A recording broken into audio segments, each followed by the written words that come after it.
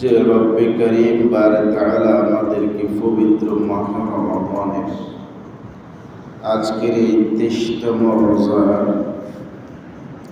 এই লগ্নে পবিত্র জুমার দিনে জুমার সালাত আদায় করার নিয়তে তার ঘরের মেহমান হিসেবে আমাদেরকে তিনি আসার বসার তৌফিক দান করেছেন। আমরা আমাদের সেই মহিয়ান করিয়া সর্বশক্তিমান মহান রবের দরবারে কালিমাতে শুকরিয়া আদায় করি, সকলে পড়ি আলহামদুলিল্লাহ।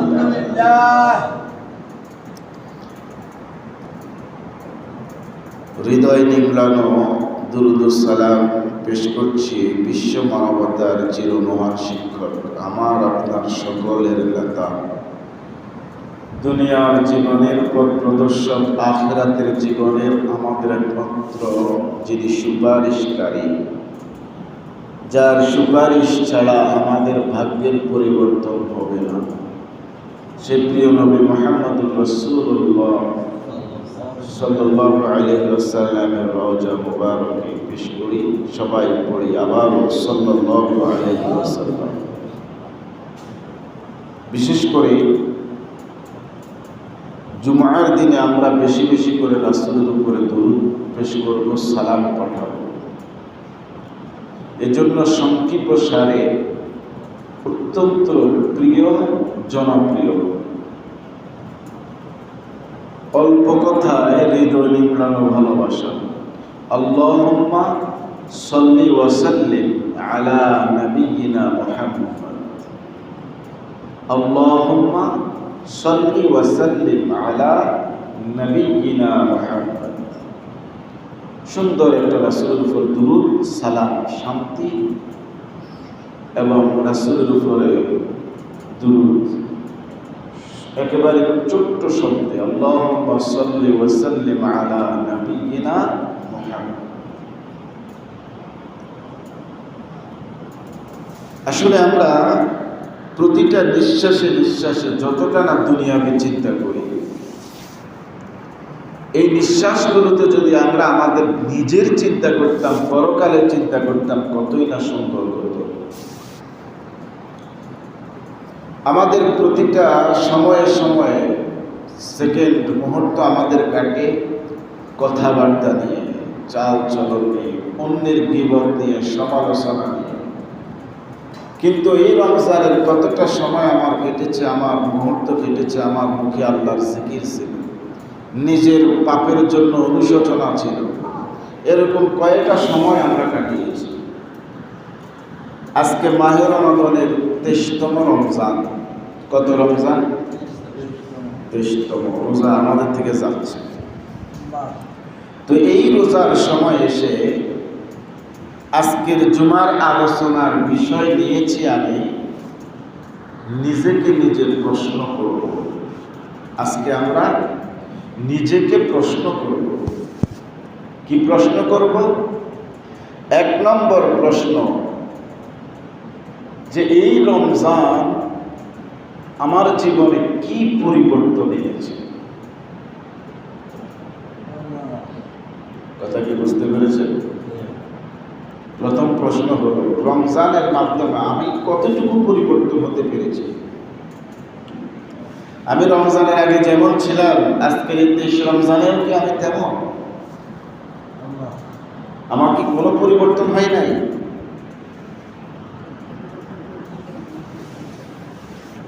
আমি রমজানের সূচনা লগ্নে হৃদয়ের ভিতরে যে উষ্ণতা অনুভব করেছি, একজন মুমিন হৃদয় রমজান যখন পায় তখন তার হৃদয় ইবাদত করার আনন্দে চিত্ত হয়ে ওঠে, বিনোদিত হয়ে ওঠে, তার হৃদয়টা উৎপন্ন হয়ে ওঠে। 23 রমজানের এই লগ্নে এসে কি আমার হৃদয়ে সেই উষ্ণতা আছে? আমি কি ভোর হয়ে গেছে কিনা? আমি কি নিজেকে এখন খুব একটা রোবটের মতো মনে করছি কিনা? এই সময় এসে রমজানটাকে আমার কাছে তৃপ্তিদায়ক নাকি আমার কাছে একটা আনুষ্ঠানিকতা মাত্র হয়ে দাঁড়িয়েছে? এই সময় এসে আমি কি রমজানের সেহরি খেতে ভালো লাগে নাকি আমার কাছে এখন ভোর ভোর লাগে?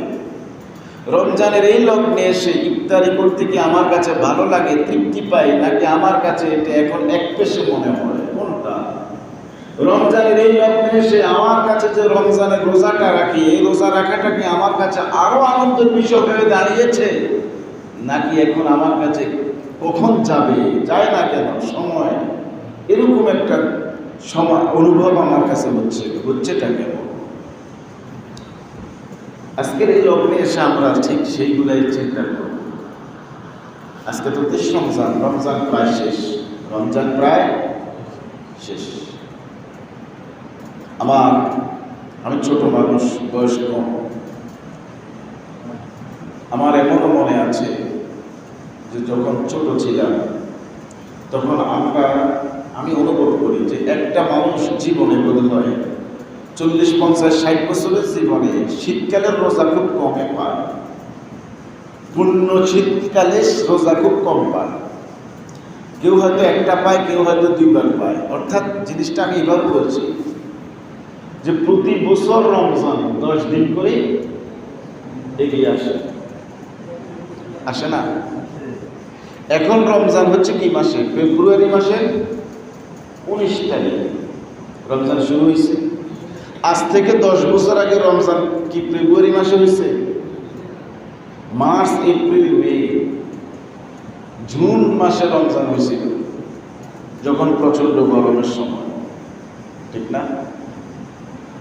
আজ থেকে 10 বছর আগে, 15 বছর আগে জুলাই, অগাস্ট মাসে রমজান হয়েছিল। আবার আগামী 5 বছর পরে, 10 বছর পরে রমজানটা একেবারে কি শীতকালে এসে দাঁড়াবে। কারণ 10 দিন করে গেলে 5 বছরে 50 দিন যখন যাবে, তখন রমজানটা আরো শীতকালে এসে যাবে। আসবে না? 10 বছর পরে 100 দিন, তার মানে তখন আমরা পরিপূর্ণ পৌষ মাঘ মাসে আমরা রমজান পেয়ে যাবো। এত বছর লাগবে না পৌষ মাসে রমজান পাইতে, আর তাড়াতাড়ি 5 বছরের ভিতরে পেয়ে যাবো, কারণ 50 দিনে এগিয়ে যাবে। এবছর কি মাসে হয়েছে? কি মাসে? মাঘ মাসে। তো এই জন্য বলছিলাম এই কথাটা যে আমরা যারা ছোট ছিলাম তখন রমজানের ভিতরে একটা ফিলিংস আসতো। এখন বড় হয়ে গেছি, ওই ফিলিংসটা এখন আর পাই না। এখন একটা বয়স হয়েছে, রমজানের যে মজাটা, ছোটকালের মজাটা এখন আর বড় হয়ে আমরা পাই না। আমরা মাঝে মাঝে মজা করে বলতাম যে ছোটকাল ভালো ছিল, ওই সময় 4-5টা রোজা রাখতাম ডেইলি। এখন বড় হয়ে গেছি, এখন আর একটার বেশি রাখতে পারি না। আসলে কথাটা মজা হলেও কথাটা কিন্তু বাস্তব, যে আমরা এখন দৈনিক কয়টা রোজা রাখি? কথা বলেন না, দৈনিক কয়টা রোজা রাখি? একটা। কারা রাখে? যারা ইমানদার। একটা রোজা রাখে যারা, তারা হলো ইমানদার দাবি করা, অর্থাৎ ইমানের পরিচয় দিতে চাই যারা, তারা একটা রোজা রাখে। আচ্ছা, কিন্তু রাসূল করিম সাল্লাল্লাহু আলাইহি ওয়াসাল্লাম বলেছেন বছরের মধ্যে মাস হলো 12টা। কয়টা? 12টা। এই 12টা মাসের ভিতরে একটা মাস আছে যেই মাসটা ইমানদারদের কাছে আনন্দের মাস। সুবহানাল্লাহ বলেন। যেই মাসটা ইমানদারদের কাছে আনন্দের মাস, আর বিরক্তি এবং কষ্টের জন্য ওই মাসটা হলো, কষ্টের মাস হলো মুনাফিকদের কাছে। কথা বুঝলেন নাই বন্ধুরা? আচ্ছা, আমি আপনাদেরকে প্রশ্ন করবো একটা। এই রমজানে আমি বা আপনি অন্যকে কতবার মুনাফিক বলেছেন? আরেকজনকে একটু চিন্তা করেন তো, যে অমুক মুনাফিক, তমুক মুনাফিক বলছি না আমরা?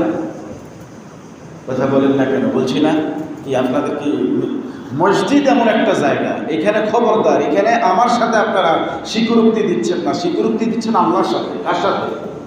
কথা বলেন না, কার কাছে? আমরা কি রমজানে কাউকে মুনাফিক বলি নাই? কথা বলেন না কেন? মুনাফিক বলছি কিনা? আর রাসূল করিম সাল্লাল্লাহু আলাইহি ওয়াসাল্লাম বলেছেন, যদি তুমি কোনো ব্যক্তিকে মুনাফিক বলো, কাফের বলো, সে যদি মুনাফিক না হয় আর কাফের না হয়, তুমি মুনাফিক না হইয়া, তুমি কাফের না হইয়া, তোমার মৃত্যু হবে না। আপনি যাকে মুনাফিক বলেছেন সে যদি মুনাফিক না হয় আপনি মুনাফিক হয়ে মারা যাবেন। আপনি যাকে কাফের বলেছেন সে যদি কাফের না হয় আপনি কাফের হয়ে মারা যাবেন। এই কথা ঠিক না? এটাকে আমার কথা না, রাসূলের কথা। কিন্তু আপনি যে ফাইজলামি করে ফেলছেন, রাসূলের কথার উপরে তুরুফুর উপরে টাকি মারি দিচ্ছেন, আপনি তো ভুল করে ফেলছেন। রমজানের 30 রোজা চলে গেছে, অথচ মুনাফিক কারা? রাসূল সাল্লাল্লাহু আলাইহি ওয়াসাল্লাম বলেছে সহিহ ইবনে খুযাইমা, মুনাফিকদের জন্য সবচেয়ে কষ্টের মাসের নাম হলো রমজান। রমজান মাস হলো মুনাফিকদের জন্য সবচেয়ে কষ্টের মাস। সবচেয়ে বিরক্তির মাসের নাম কি? কথা বলেন না। সবচেয়ে বিরক্তির মাসের নাম কি? রমজান। কাদের কাছে? কথা বলেন না কেন? কাদের কাছে? ওই মুনাফিক যারা নিজেরা মুনাফিক হয়ে আরেকজনের মুনাফিক হয়। কথা বুঝেন না? ওই মুনাফিক যারা নিজেরা মুনাফিক কিন্তু মুনাফিক বানায় আরেকজন। একটা কথা সবসময় মনে রাখবেন, যেই লোকের কাছে ধর্মীয় জ্ঞান নাই, যেই লোকের কাছে মুনাফিক, কোরআন এবং হাদিসের দৃষ্টিতে মুনাফিক কাকে বলা যায়, কাফের কাকে বলা যায়, এই জ্ঞান যার কাছে নাই, ওই ব্যক্তি নিজে মুনাফিক হইয়া তারপর আরেকজনকে মুনাফিক বলে। ওই ব্যক্তি নিজে কাফের হইয়া তারপর আরেকজনকে কাফের বলে। কথা কি বুঝতে পারছেন? কথা বুঝছেন না? কথা বুঝতে পারছেন আপনারা? এবার আসেন, মুনাফিক কারা? আমি কিন্তু কাউকে মুনাফিক বলার অধিকার আল্লাহ আমারে দিছে। কথা বলেন, কাউকে মুনাফিক বলার অধিকার আমারে দিছে? অমুক হুজুর মুনাফিক, তমুক হুজুর মুনাফিক, অমুক কাফের, তমুক কাফের, অমুক ব্যক্তি, এটা কি আমি কাউকে বলতে পারবো? কথা বলেন, কাউকে বলতে পারবো? আমি বলতে পারবো এই চরিত্র, এই চরিত্রগুলো মুনাফিকের। এই কথা বুঝতে আমি বলতে পারবো এই চরিত্রগুলো মুনাফিকের। খেয়াল করেন, এই যে রমজান মাস, এই রমজান মাসে আমরা আলহামদুলিল্লাহ অনেকেই ইফতারের আয়োজন করছি না? এলাকাবাসী 2, 4, 5, 10 জন, 100 জন, 200 জনকে আমরা দাওয়াত দিছি না? কথা বলেন না কেন? দাওয়াত দিছি না? আচ্ছা, রাসূল কারীম সাল্লাল্লাহু আলাইহি সাল্লাম হাদিসে কি বলছে? হাদিসের মধ্যে এসেছে, তুমি রোজাদার, তুমি যদি একজন রোজাদার ব্যক্তিকে ইফতারি করাও, তাকে রোজাদার ব্যক্তিকে ইফতারি করাও, তাহলে তার রোজার মধ্যে একটি পূর্ণ রোজার সওয়াব তোমার আমলনামায় যোগ হবে। কথা কি বুঝতে পেরেছেন? কথাটা কেমন? আবার বলি, আই রিপিট, রাসূল সাল্লাল্লাহু আলাইহি সাল্লাম বলেছেন তুমিও রোজাদার, যাকে ইফতারি করাবে সেও রোজাদার। তাহলে রোজাদার কয়জন? 2 জন। আমার একটা রোজা, তার একটা রোজা। আমি যদি তাকে ইফতারি করাই তাহলে সে যেমন রোজা রেখেছে, আমার রোজা রাখার পর, একটা রোজা রাখার পরে আমি তাকে ইফতারি করানোর কারণে আরও একটা রোজার সওয়াব আমার আমলনামায়। সুবহানাল্লাহ। যাকে আমি ইফতারি করাইছি তার রোজার সওয়াব তার থাকবে, আমি বাড়তি একটা রোজার সওয়াব পাবো। আমি যদি 30 দিন নিজে 30টা রোজা রেখে যদি আমি 30 দিন একজন রোজাদার করে ইফতারি করাই, তাহলে আমার আমলনামায় বাড়তি আরো 30টা রোজা যোগ হবে। তাহলে আমার রোজা হবে কয়টা? 60টা। আমি যদি 2 জনকে ইফতারি করাই আমার রোজা হবে 90টা। আল্লাহু আকবার বলেন না? তাহলে রোজা রাখলাম একটা, ইফতারি করাইলাম একজনকে, বাড়তি আরো একটা রোজার সওয়াব আমি পাইলাম। তাহলে রাসূল সাল্লাল্লাহু আলাইহি সাল্লাম বলেছেন রোজাদারকে ইফতারি করাইলে সওয়াব, বেরোজগারের ইফতারি করাইলে সওয়াব। এটার কথা কি বলছে? কথা বলেন, এটার কথা কি বলছি? রোজাদার ইফতারি করাইলে সওয়াব, বেরোজগারের ইফতারি করাইলে সওয়াব হইব। আমরা আবার বলি এটা রুদ দোয়াস, ইয়ের দোয়া, রুদ দোয়াস। একটা কথা বলি যাই, সহিহ ইবনে খুযাইমা, হাদিসের কিতাবের নাম হলো সহিহ ইবনে খুযাইমা। আমাদের দেশে প্রসিদ্ধ 6টা কিতাব, কিন্তু অন্যতম একটা প্রসিদ্ধ কিতাবের নাম হলো এটা সহিহ ইবনে হিব্বান। অসংখ্য হাদিসের কিতাব, তার মধ্যে এই 2টা হাদিসের কিতাব আরব দেশে প্রসিদ্ধ, যেগুলো বাংলা পাওয়া যায় না, এগুলো অ্যারাবিক হাদিসের কিতাব, এগুলো খুবই লেয়া। এই সহিহ ইবনে খুযাইমা এবং সহিহ ইবনে হিব্বানের মধ্যে 2টা হাদিসের সমন্বয় ইমাম ইবনে নববী, ইমাম ইবনে বাজ, সৌদি আরবের ফতুয়া বিভাগের আব্দুল্লাহ বিন আব্দুল বাজ, উনি বলেছেন রমজান মাসে রোজা না রেখে, কথা বুঝেননি, রমজান মাসে রোজা না রেখে রোজাদারের সাথে বসে রোজাদার সেজে যে ব্যক্তি ইফতারি করে ওই ব্যক্তি হলো মুনাফিক। কারণ এই ব্যক্তি হলো ধোঁকাবাজ, কি বাজ, রোজা রাখে নাই কিন্তু রোজাদার সাহায্যে, ঠিক না? এই ব্যক্তি কি? আর আপনি একজন ধোঁকাবাজারে ইফতারি করেন,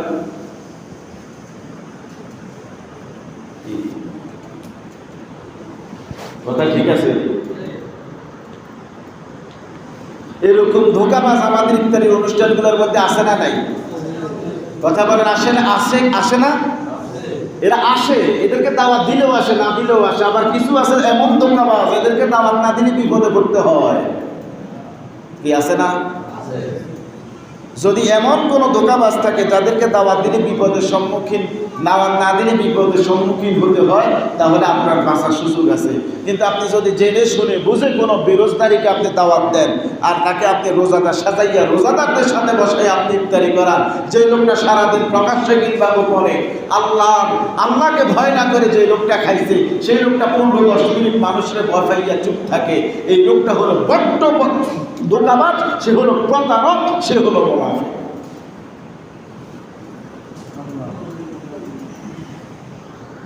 আমাদের সমাজের ভিতরে আমি গত কয়েকদিন আগে তারাবি করতেছিলাম, সারাদিন রোজা রাখে না, ইফতারের সময় দোকানে বসে ইফতারি করে সব লোকের সাথে, তারপরে এসার সময় তারাবি পড়ে না, আমরা তারাবি পড়ে সে দোকানে বসে চিৎকার দিয়া বলতেছে অমুক মুনাফিক, তমুক মুনাফিক। আসলে আমি মনে মনে চিন্তা করতেছি এই লোকটা নিজেই তো মুনাফিক, কারণ মুনাফিক ছাড়া কোনো ব্যক্তি কাউকে মুনাফিক বলতে ভয় পায়। কথা কি বুঝতে পারছেন? যে ব্যক্তি মুনাফিক সে কাউকে মুনাফিক বলতে ভয় পায় না, যদি তার ভিতরে কোরআন এবং হাদিসের জ্ঞান না থাকে। তো যেই কথাটা বলতেছিলাম, এই রমজানের মাসে এসে আমি কি মুনাফিকি আমার দূর করতে হবে না আরো মুনাফিক করতে হবে? কথা বলেন, আমার মুনাফিকিটা কি দূর করতে হবে না আরো নিজেকে আরো বড় মুনাফিক বানাতে হবে? দূর করা লাগবে না? তা আমি ওই প্রথম কথাটা এই জন্য বলছিলাম যে আমি ছোট মানুষ, বয়স এখনো কম। তা আমার বয়স যদি কম হয়, আপনার যারা 50 বছর, এরা তো জীবনে অনেকগুলো রমজান পাইছে, কি পাইছেন না? যাদের বয়স 60 বছর তারা তো আরো বেশি রমজান পাইছেন, যাদের বয়স 70 বছর তারা তো আরো বেশি রমজান পাইছেন। তো এই যে এতগুলো রমজান পাইছেন, প্রত্যেকটা বছরে তো আপনাকে শিক্ষা দেওয়া হয়েছে। রমজান আসে আমাদেরকে কি দেওয়ার জন্য? শিক্ষা দেওয়ার জন্য। তো আমি প্রতি বছর শিক্ষা নিলাম আর নিজে অশিক্ষিত থেকে গেলাম, এটা কেমন? প্রতি বছরে তো আমি শিক্ষা নিলাম কিন্তু আমি অশিক্ষিত থেকে গেলাম, জিনিসটা কেমন না? আচ্ছা সেটা বাদ দেন, এটা তো বছরের ব্যাপার। এটা কিসের ব্যাপার? ঈদের নামাজ বছরে 2 বার পড়া হয়, এই জন্য ঈদের নামাজ যখন পড়ে তখন ইমাম সাহেব শিখাই দিতে হয় যে একটা নামাজ পড়ে, কারণ বছরে 2 বার পড়ে, মানুষ তো ঠিক মতো খেয়ালও রাখে না। এখন বছরে একবার আসে রমজান মাস, এই জন্য হয়তো এই বছরটা ওই বছর মনে থাকে না। কিন্তু একটা জিনিস আমি বলি, এক রমজানে রোজা কয়টা? কম, যেটা আমাদের নিয়মিত সেটা আমরা বলি 30 রোজা। এক রমজানে কয়টা রোজা? 30 রোজা। প্রত্যেকটি রোজা প্রতিদিন আমাকে শিখায়। আজকের 23 রমজানের রোজাটাও আমাকে শিক্ষা দেবে। তা আমি 1 বছর পরেরটা বাদ দেব, যেটা আমাদের দৈনন্দিন নিয়মিত প্রতিদিন আমাকে শিখায়, সে শিক্ষাটা আমার কোথায়? সে শিক্ষাটা আমার কোথায়? আমার কথা কি আপনারা বুঝতে পারতেছেন? এই কথাগুলো কি আপনাদের ব্রেনে ঢুকতেছে? কথা বলেন না, ব্রেনে ঢুকতেছে? আমরা যখন ওয়াজ শুনি, বাপরে বাপ, মনে হয় যেন মনে মনে সব জোরপুরির বিশ্বাস হয়ে গেছে, কিন্তু মসজিদ থেকে বাইর হওয়ার পরে সব আমার ইবলিস শয়তান। মসজিদে যখন আসি, বয়ান যখন শুনি, সব জোরপুরির বিশ্বাস। মুখ থেকে আমাদের সুবহানাল্লাহ, আলহামদুলিল্লাহ, আল্লাহর নাম কি সুন্দর, কিন্তু মসজিদ থেকে যখন আমরা বের হয়ে যাই তখন আমাদের মুখের ভাষা হয়ে যায় ইবলিসি ভাষা, শয়তানের ভাষা। এমন কিছু মানুষ আছে যাদের এই রমজান মুখটাকে পবিত্র করার কথা, কিন্তু এই রমজানেও তাদের মুখ থেকে যখন কথা বলে সেই কথা থেকে প্রস্রাবের গন্ধ আসে। কথা ঠিক না বেটি?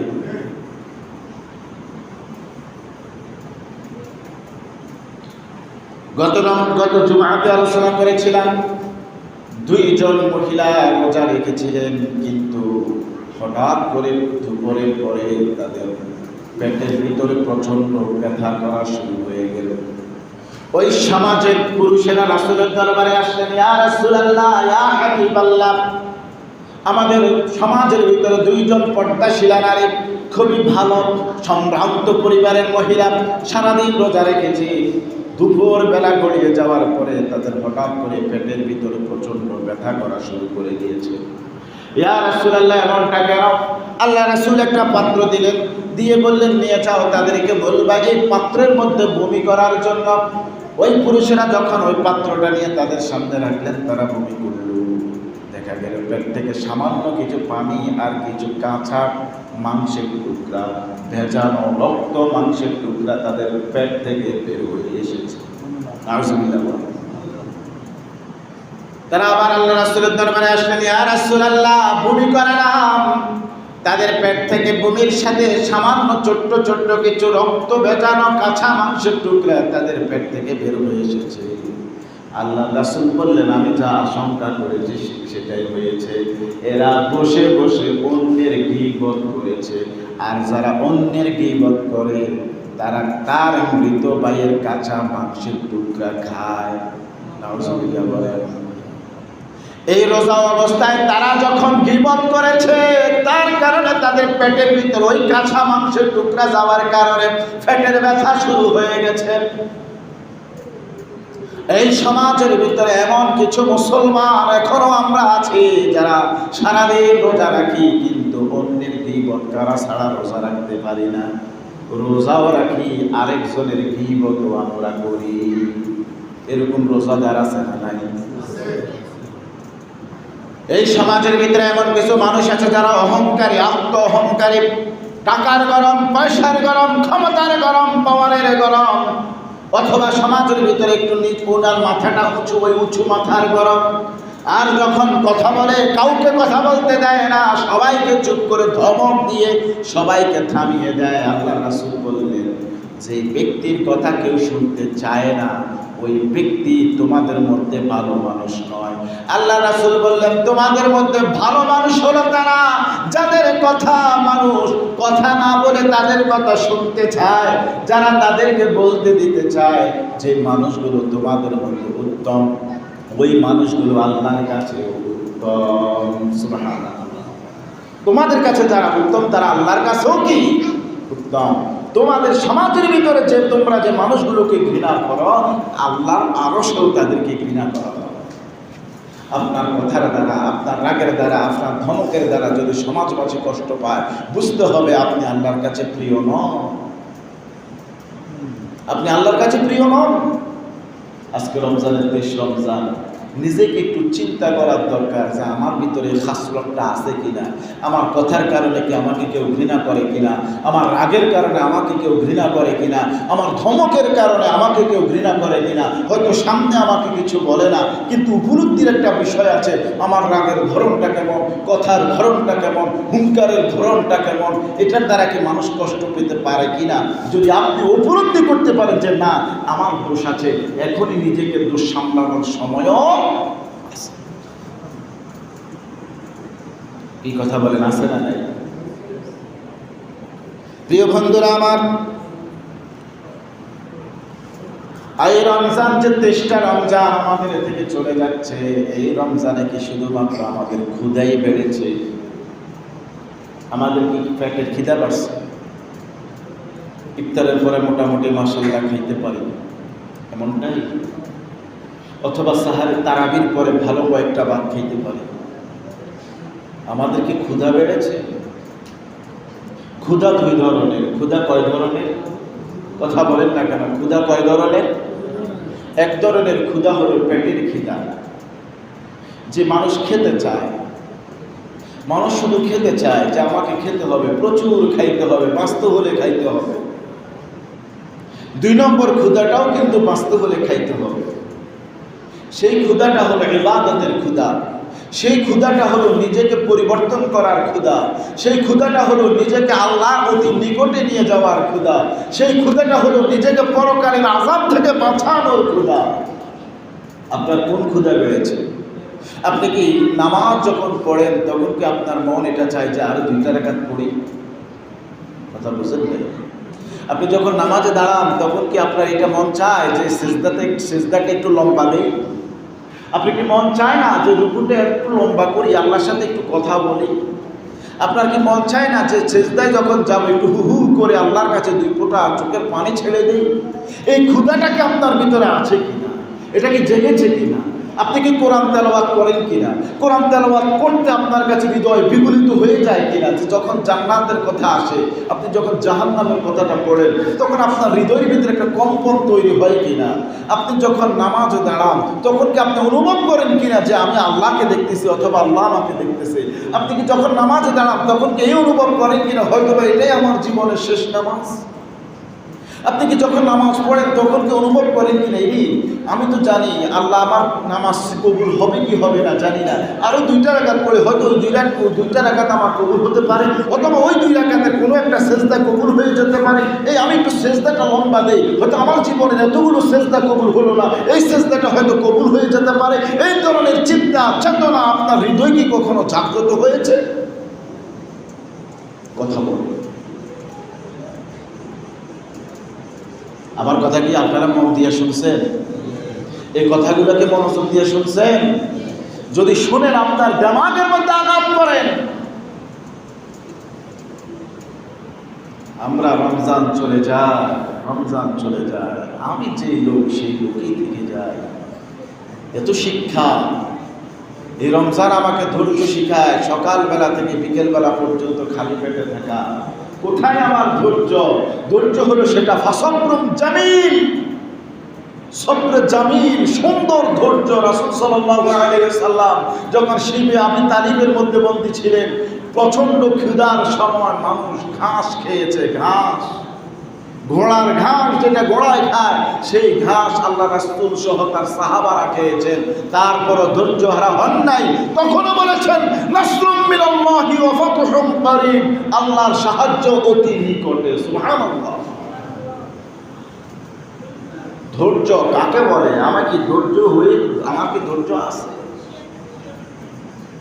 ইফতারের সময় আমার সামনে পানি চপ কেন আসলো না, ধমক, আমার মাথা গরম হয়ে যায়। ইফতারের সময় ইফতারি কেন এখন আমাকে বানিয়ে দিল না, সারাদিন করেটা কি ঘরের মেয়ে জিরা, আমার রাগ উঠে যায়। ধমক দিয়ে আমি কথা বলি। আপনি তো বসে আছেন, তারা দৌড়তেছে। কি তারা দৌড়ায় না? আপনার জন্য ইফতারি বানাতে তারা দৌড়ায় না? আপনি বসে বসে বলতেছেন পানি কই, অথচ দেখা গেছে এই মহিলাটা রোজা রেখে পানি আনার জন্য কলসি কাকে নিয়ে সে চলে গেছে কলের দুয়ারে। কি গেছে না? একটা কলসির ভিতরে পানি আছে, কমপক্ষে পানি অন্তত 7-8 লিটার পানি ধরে, কি ধরে কিনা? একটা রোজাদার, আপনাকে যখন হাতে দেওয়া হবে 7-8 লিটারের একটা কলসি, আপনার তখন মাথার ঘাম ছুটে যাবে। এই মহিলাটা সে কলের দরজা থেকে একটা 7-8 লিটারের পানি নিয়ে আপনার ঘরে আসে, আপনি আবার তাকে ধমক দেন? কিশোর রোজাদার আপনি? আপনার রোজাটা এটা সব রোজার নামে ভঙ্গরা, আশা ইসলামও করা এগুলা। আমরা রোজাদার, আমরা যদি রোজাদার হই, কিয়ামতের ময়দানে যারা আসল প্রকৃত রোজাদার ওরা আমাদের দেখে হাসবে, হায় রে এরা বুঝি রোজাদার, রোজা বুঝি এত সহজ। রোজা যদি এত সহজ হতো তাহলে আমরা এত পরিশ্রম রোজার জন্য কেন করলাম?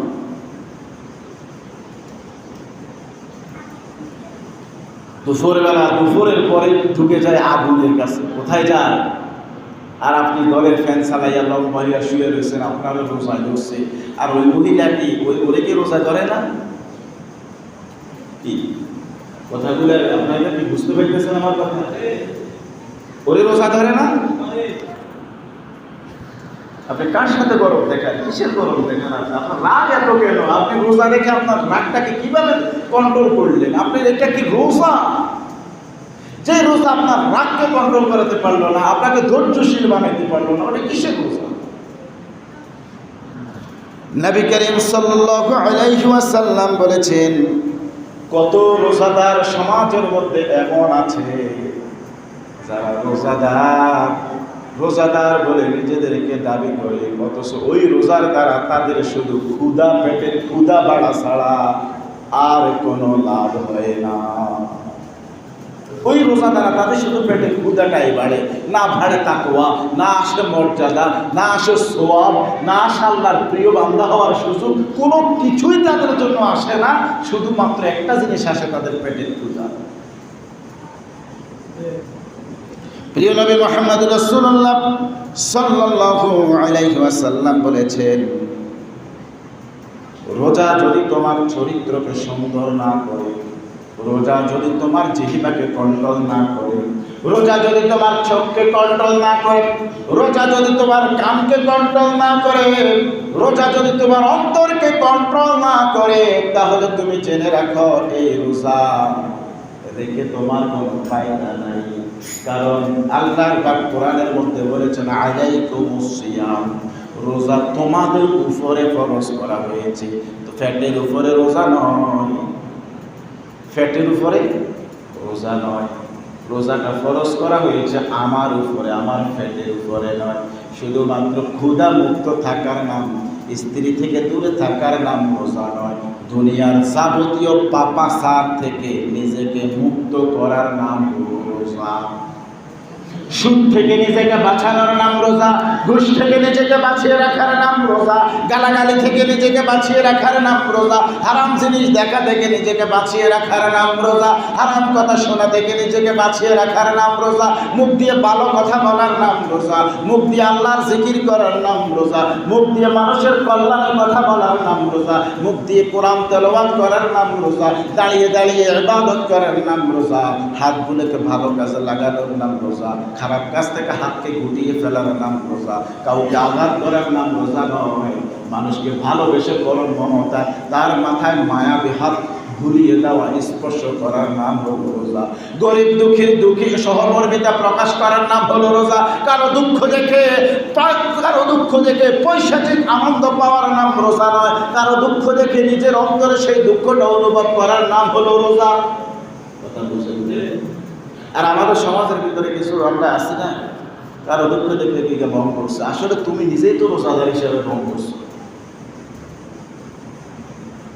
প্রিয় বন্ধুরা আমার, একটা হাদিস বলে আলোচনা শেষ করে দেব।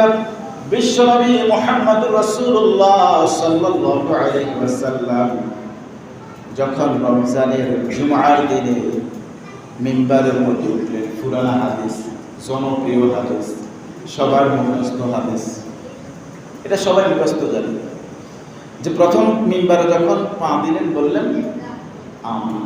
কি বলছেন? দ্বিতীয় শ্রেণীতে যখন পা দিলেন তাও কি বললেন? আমিন। তৃতীয় শ্রেণীতে যখন পা দিলেন তখনও কি বললেন? আমিন।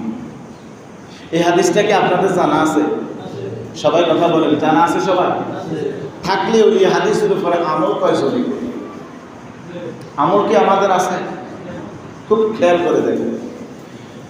নামাজের পরে সাহাবারা বললেন, ইয়া রাসূলুল্লাহ, ইয়া হাবিবাল্লাহ, কখনো তো দেখি নাই, কখনো তো শুনি নাই এমনটা করতে, এমনটা বলতে। হঠাৎ করে আজ কি হলো যে আপনি মিম্বারে পা রাখলেন আর বললেন আমিন, দ্বিতীয়তে পা রাখলেন বললেন আমিন, তৃতীয়তে পা রাখলেন বললেন আমিন? রাসূলুল্লাহ সাল্লাল্লাহু আলাইহি ওয়াসাল্লাম জবাব দিলেন, হে আমার সাহাবারা, আমি যা দেখি তোমরা তা দেখো না, আমি যা শুনি তোমরা তা শুনো না। আমি যখন মিম্বারে খুতবা দেওয়ার জন্য দাঁড়ালাম তখন জিবরাইল আমার পাশে এসে দাঁড়ালেন। সুবহানাল্লাহ বলেন। আমি যখন পা রাখলাম জিবরাইল বললেন, ইয়া রাসূলুল্লাহ, যারা আপনার নাম শুনলো কিন্তু আপনার নাম শোনার পরে আপনার উপরে দুরূদ পেশ করলো না, তাদের উপরে আল্লাহর লানত, সৃষ্টিকুলের লানত। আমি বললাম আমিন। আল্লাহ তুমি কবুল করো। কথাটা কি বুঝতে পেরেছেন? কি বুঝছেন? রাসূলের নাম শুনছে কিন্তু রাসূলের উপর কি পড়ে নাই? দুরূদ পড়ে নাই। তাদের উপরে কার লানত? কথা বুঝুন না, কার লানত? আর আল্লাহর লানত যার উপরে পড়ে সে যত বড় বুজুর্গই হোক না কেন, তার কি সফলতা না ব্যর্থতা? কথা বলেন না, তার কি সফলতা না ব্যর্থতা? বুজুর্গ সাইজা লাভ কি?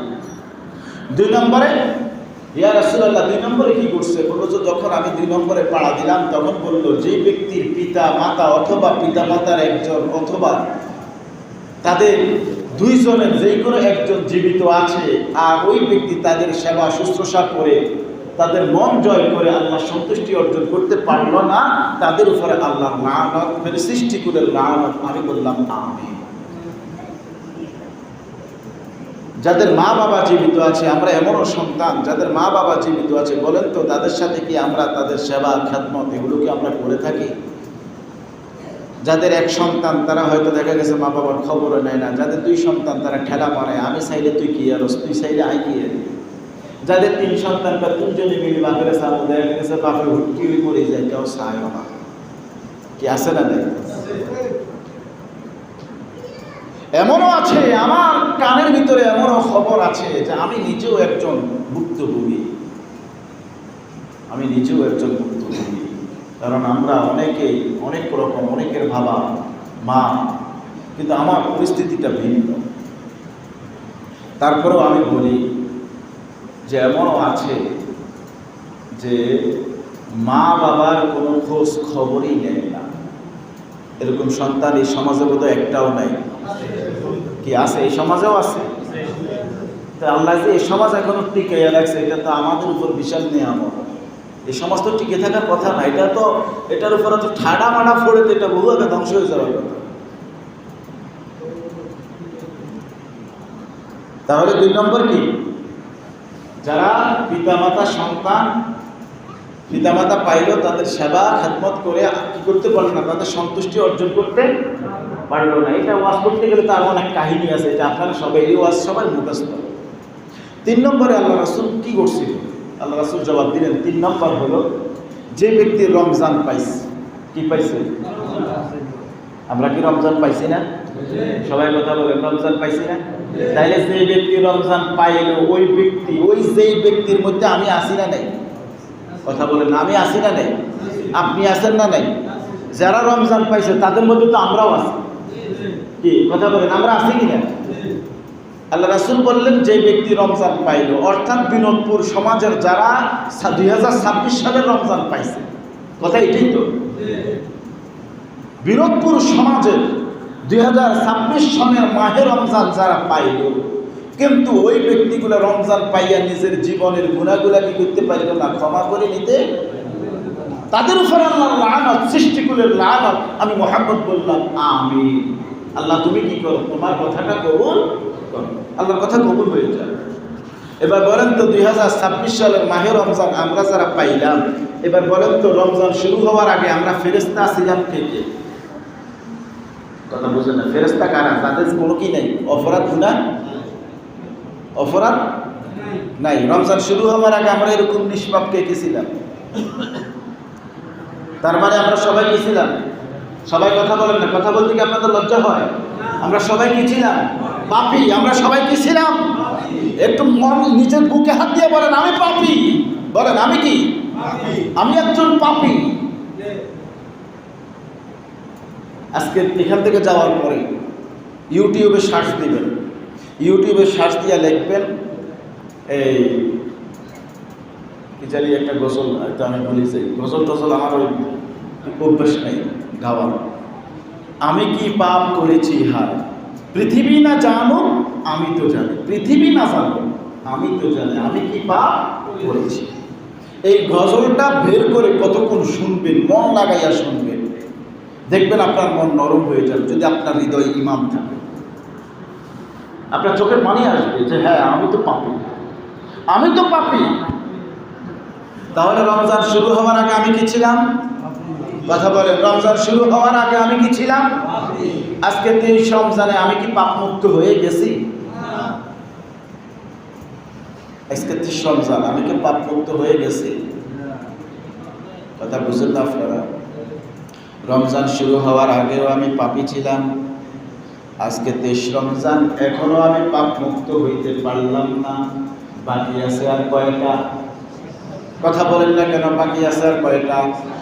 আরে বাবারে, আপনাদের ভালোর জন্য বলি, কিন্তু না বলি তো আমি নিজেও নিজে আমল করতে পারতাম কি না? তা আপনাদেরকে বলার কারণ কি?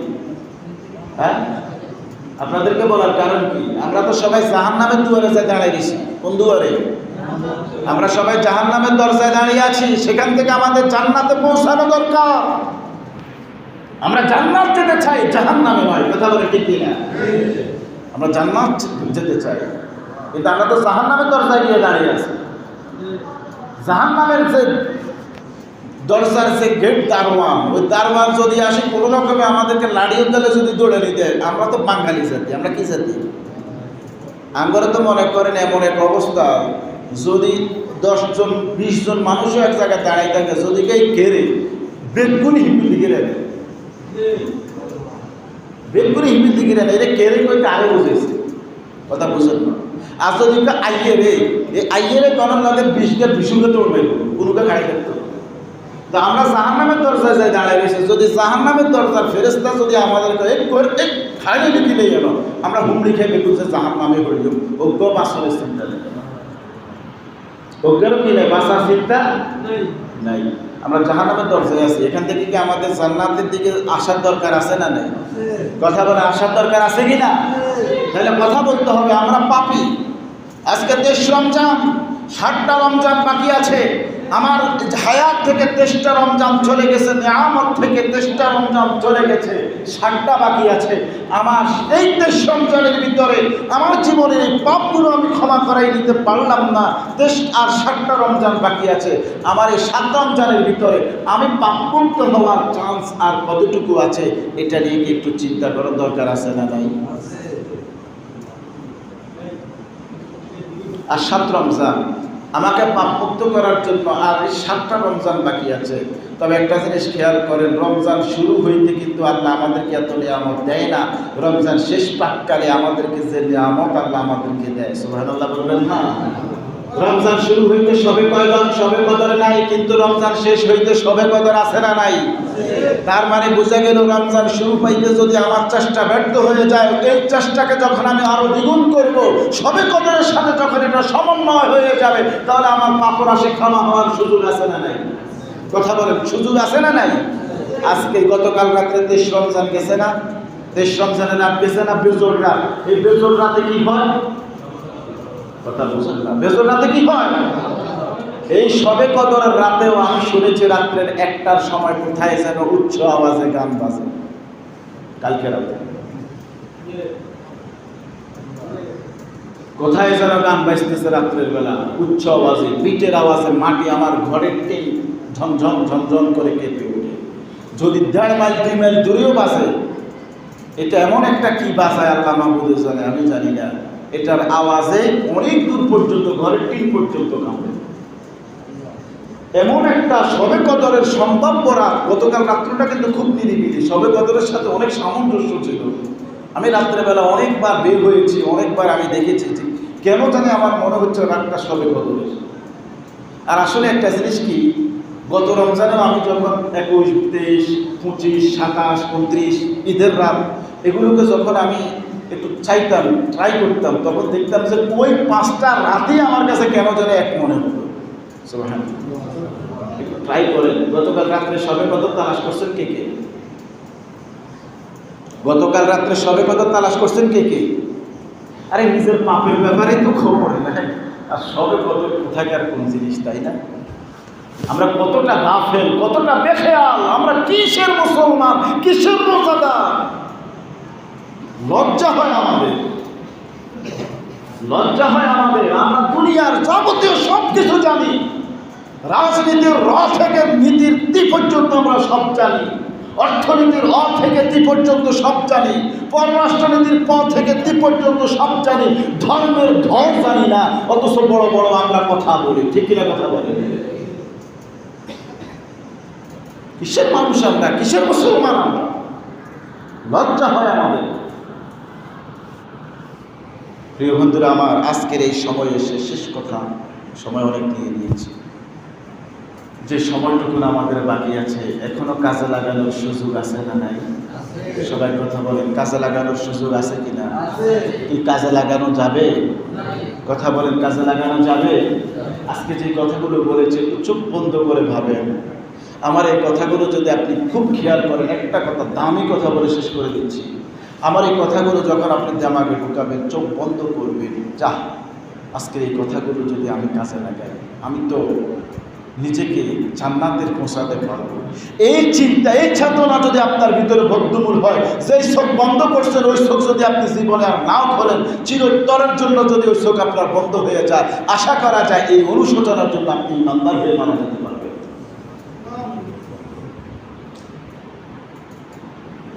আল্লাহ আমাদেরকে সেই তৌফিক দান করুন।